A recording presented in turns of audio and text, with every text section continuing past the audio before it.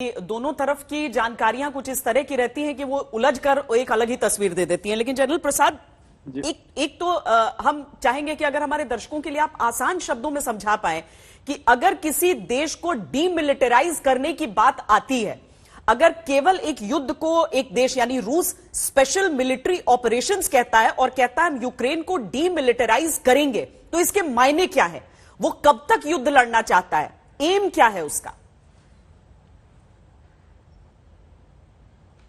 वो तब तक युद्ध लड़ता रहेगा जब तक उसको यूक्रेनियन फौज मुकाबला करती रहेंगी। मुझे एक सवाल का जवाब अगर कोई दे दे तो मैं बड़ा खुश होऊंगा कि कोई एक ऐसी वेस्टर्न पावर है जिसने कभी ये कहा हो कि युद्ध को रोकना चाहते हैं, युद्ध रोकने के लिए हम ये करने को तैयार हैं। वो तो ये कहते हैं कि और आप युद्ध लड़िए, हम आपको और मिसाइल देंगे और टैंक देंगे और रॉकेट लॉन्चर देंगे और पैसा देंगे और सब चीज देंगे, आप लड़ते रहिए। ये किसी ने आज तक बताया कि हम लड़ाई को रोकना चाहते हैं, इसके लिए रोकने के लिए हमें क्या करना चाहिए? किसी वेस्टर्न पावर ने यह नहीं कहा। अगर आपको युद्ध विराम करना है आज, तो पूरी विश्व को मिलकर including the western power and America and NATO को कहना पड़ेगा कि आप युद्ध रोकिए, हम कोई इस तरह के हथियार वहां नहीं भेजेंगे, हम कोई इस तरह की सहायता नहीं करेंगे जिससे युद्ध को वो लड़ते रहे और युद्ध बढ़ता रहे। दूसरी बात, सरल शब्दों में जो आपने मुझसे कहा, मैं ये कहूंगा कि रशिया का जो इनिशियल एम था उसको उन्होंने कुछ मॉडिफाई किया, कुछ बदली किया है।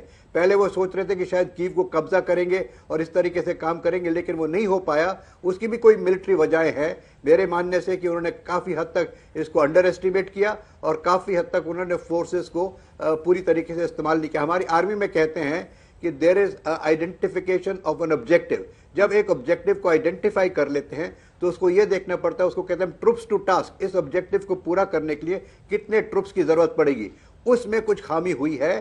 क्योंकि अगर ये सोच रहे थे कि एक बटालियन ग्रुप के संग इस तरह के इंडिपेंडेंट टारगेट्स को कब्जा कर लिया जाएगा तो वो हो नहीं सकता था। तो ये तो बात रही मिलिट्री की। लेकिन अब दूसरी बात जो है, जो युद्ध विराम की बात होती है, उसी पर हम ज्यादा जोर देना चाहते हैं। रशिया तब तक नहीं रुकेगा जब तक उसका प्राइमरी एम ये है कि वो उनको हथियार डालने से मजबूर कर दे। आज की तारीख में अगर आप कैपिटल में देखें तो वहां का पानी बिल्कुल बंद हो चुका है, वह बड़ी हाहाकार मच रही है, लोग परेशान हैं, यहां तक कि सुएज वाटर पी रहे हैं, इस तरह की खबरें आ रही हैं। मारियापोल में बुरा हाल है, आपने खुद बता दिया, ओडिशा में बुरा हाल है, खारसौन में बुरा हाल है। तो इससे क्या जाहिर होता है? पहली बात, जहां जहां अमेरिकन इंटरेस्ट हैं, जैसे ऑयल में, गैस में, जो लेबोरेटरीज चल रही हैं उसमें, जहां पर ये बैक्टीरिया की रिसर्च होती है, वहां पर जहां पर कि इनका व्हीट का ट्रेड है, जहां पर इनके मिनरल्स हैं, जब तक उन इलाकों पर कब्जा नहीं हो जाएगा तब तक ये नहीं मानने वाले।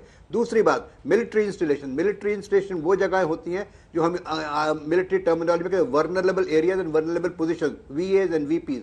जब तक इनके आइडेंटिफाइड वीएज एंड वीपीज पर कब्जा नहीं हो जाएगा तब तक ये नहीं रोकेंगे लड़ाई को। जो बातचीत हो रही है टर्की में आज, मुझे नहीं लगता वो खास बड़ी बात निकलेगी। अगर यूक्रेन की तरफ इसी तरह से बयान आते रहे, इसी तरह से शर्तें रखी गई जो उन्होंने आज रखी और परसों रखते हैं, रोज रखते हैं, और वो कब टाइम टू टाइम अपना बयान बदलते चले जाते हैं। उनकी एक कंटिन्यूअस सोच तो है नहीं। He has got no serious plan as to how to de-escalate. वो तो रोज नई बात कर देते हैं, फिर उसके बाद कुछ और छेड़ कर देते हैं, फिर नई बात कर देते हैं। उसका वजह क्या है? उनको कोई उत्साह है, somebody instigating them from some other areas, from western power, कि आप लड़ते रहिए। हम अभी पोलैंड गए, हमने वहां हौसला अफजाई की है, हम टैंक भेज देंगे, हम जहाज दे देंगे, हम ये कर देंगे, वो कर देंगे, आप लड़ते रहिए। इससे क्या हो रहा है? इससे नुकसान हो रहा है यूक्रेन का। इससे वहां कितनी बर्बादी हो गई, कितने मिलियन लोग रेफ्यूजी बन गए, वहां लोग परेशान हो रहे हैं। इस समय world has to get together to stop this war, and the only way to stop it is to say the western powers must stand up and say we are giving no more weapons. हम कुछ नहीं देंगे, अब लड़ाई को बंद कीजिए। और वो जो है रशिया कहता है ठीक है आप हथियार देते रहिए, हमने उसको भी पूरा ब्लॉक नहीं किया। जब तक कि आप हथियार देते रहेंगे तब तक हम इनको ठोकते रहेंगे।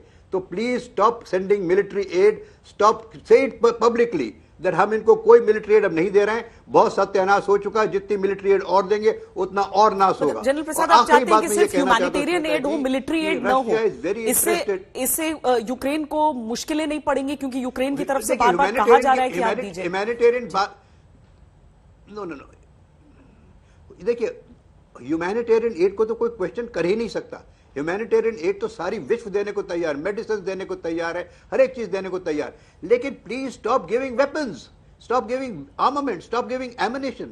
जब तक वो देते रहेंगे तब तक ये लड़ते रहेंगे। अरे इनका बंद कर दीजिए, लड़ाई बंद हो जाएगी। तो ये बात सबको समझनी। और आखिरी बात जो मैं कह रहा था, मैं आप नहीं कह पाया, कि जब तक कि सदर्न एरियाज यानी कि ओडिशा, मारियापोल, खारसोन, इन सब इलाकों पर इनका टोटल कंट्रोल नहीं हो जाएगा, he wants to get a clean and assured passage into the Black Sea, वो लेना बहुत जरूरी है इनके लिए। तीसरी बात जो है वो सबसे बड़ी बात है ऑयल एक्सप्लोरेशन की। ऑयल एक्सप्लोरेशन साउथ में बहुत उसकी पॉसिबिलिटीज हैं। वहां अमेरिकन कंपनी ऑयल एक्सप्लोरेशन का कॉन्ट्रैक्ट ले चुकी है, उस कॉन्ट्रैक्ट को ये रद्द करना चाहते हैं। They want to run the oil exploration themselves, the Russians want to start that. तो ये सब 4-5 बातें बड़ी साफ दिख रही हैं आज। मैं तो आज भी सबसे ये कहूंगा कि आप पूरे विश्व को समझाएं कि please stop giving them weapons. आप बच्चों को हथियार देते रहेंगे, बच्चे फायर करते रहेंगे और मरते रहेंगे, तो ये तो होते ही रहेगा। और अगर इस किस्म के रोज सुबह बयान बदली करेंगे तो मॉस्को में गुस्सा नहीं आएगा तो और क्या आएगा कि कल ये कुछ और कह रहे थे, आज कुछ और कह रहे हैं। इनको चाहते हैं इनको 2 थप्पड़ और लगाओ। So that is the kind of attitude, is a children's play going on. Nobody can see कि हो क्या रहा है। अब आज मुझसे अगर पूछे कोई, तो there should be a United Nations resolution saying we will not give any military aid, please stop this. Then you see what happens.